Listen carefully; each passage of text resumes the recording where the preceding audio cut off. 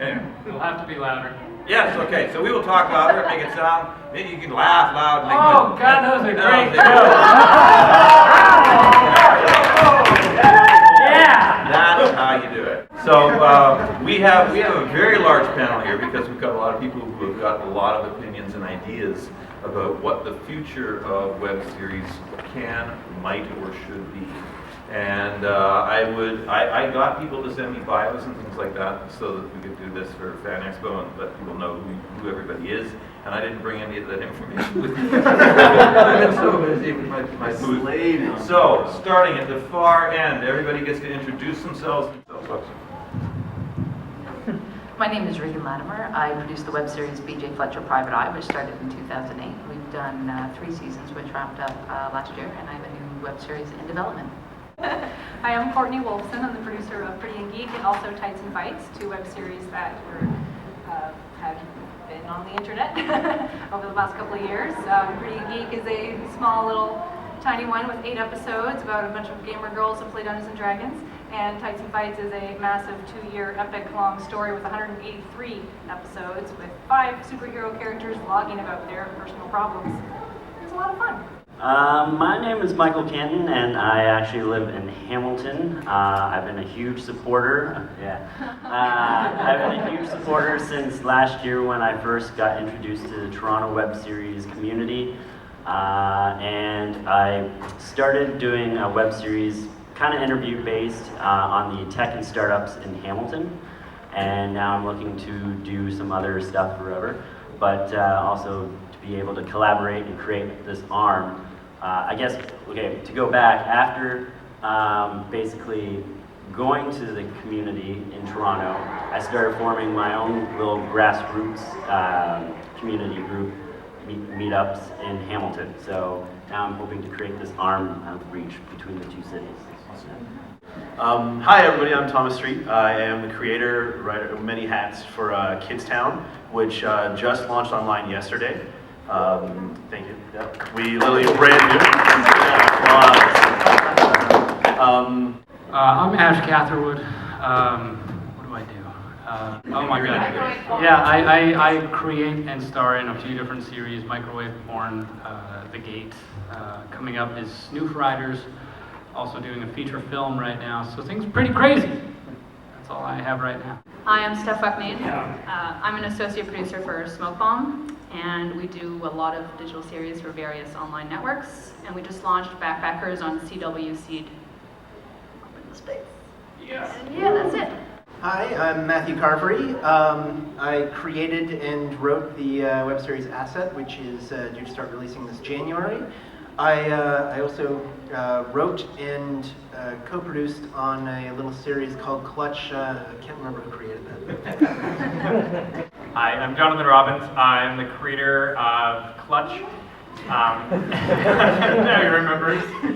I'll also be co-directing Asset. It's a very incestuous community, you'll find, which is a good thing. We're also supportive of each other. I also work on the other side of the camera in a web series playing the dad, Nathan, in season 3 of Out With Dad. And hi, I'm Mike Donis, and I created a show called Pete Winnie and the Pirates. It's pirates and laser guns. It's cool. And I'm also going to be one of the directors, and I'm working as a producer on Asset as well. So what we want to talk about is, I mean, there's been the Writers Guild panel earlier today was great, and anytime we get together with each other or we're having meetups, we're always talking about the existing problems right now, the kinds of things that we have to deal with to get the shows happening, make them run, make them hopefully profitable, all the different issues that we're dealing with, whether they're practical or ephemeral.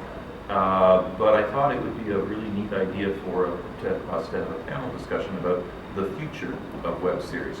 First off, question for everybody. And oh, by the way, because it's such a small crowd and all that, feel free if you've got a question, you don't have to wait till the end, just shoot your hand up and we'll incorporate you into the discussion. So we want this to be a nice round table, even though the table's long and square.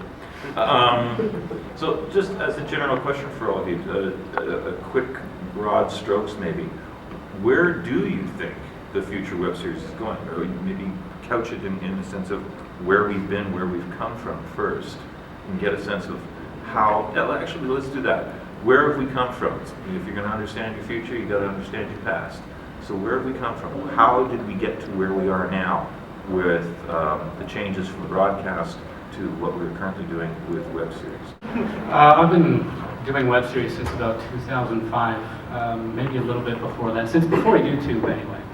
And back in those dinosaur days, oh God, we have it so easy now. Like, we really do. We're spoiled. We have audiences everywhere. You just go to YouTube. You go to any of the major video distribution places, and audience are actively looking for web content. You know, whether it's independent web production or whether it's digital broadcast, things like Hulu or Netflix. Audience is receptive to things on the web. Now, before it was like prying teeth, trying to get people to look at your little web video. You know, it was, oh, okay, is that a cat? What video do you have? Because people weren't trading videos back then. Twitter didn't exist. Facebook didn't exist. So, yeah, I mean, we've come a long way in the last 7 years.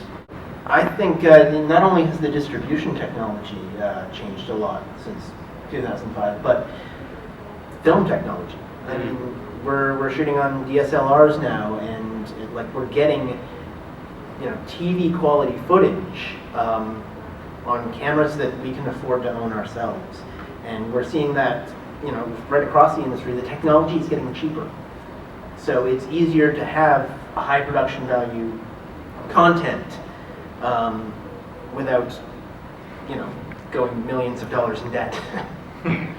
As you've been making your shows, what are the changes that you're seeing that's happening around you? You start out with a plan, perhaps, and say, okay, this is our idea of how we're going to make the show, or this is our idea of how we're going to flog and market the show. And then by the time you reach the end of production or the end of you're ready to launch it, everything's changed. What kind of changes like that have people encountered, Jonathan? Then we'll go to Corky. Well, certainly for us, between 2 seasons, we approached each one completely differently. The first season, we shot a little bit as we got more money as we went. We would just shoot a little more, shoot another episode, and keep going over the course of a year and releasing episodes over the course of that year. And then by the time we were ready to do our second season, some of our actors were becoming no longer available for various reasons. And if we were going to continue with them, it was shoot now or lose them. They'll have moved away or whatever it may be.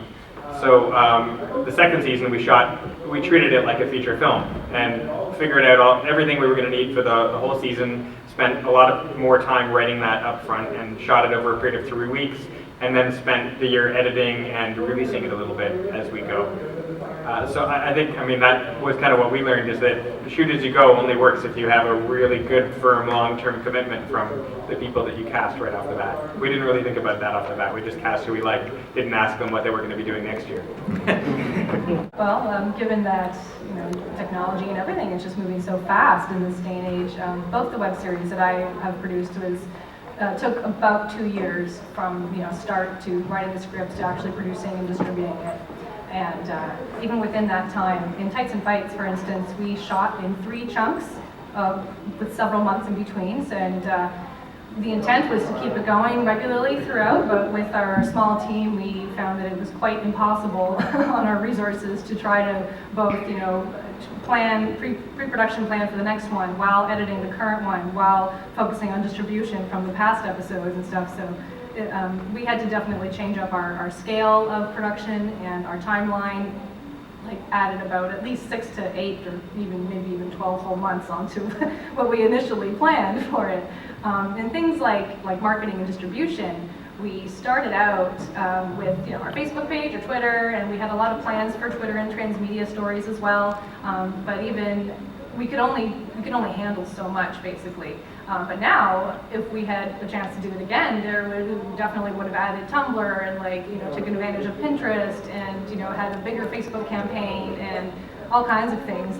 We learned so much on the way, just in terms of what the early experiences were for the first chunk of episodes, and then by the time we got to the end, there was so many different ways that people were really paying attention and discovering web series that weren't really a part of it when we first started 2 years earlier.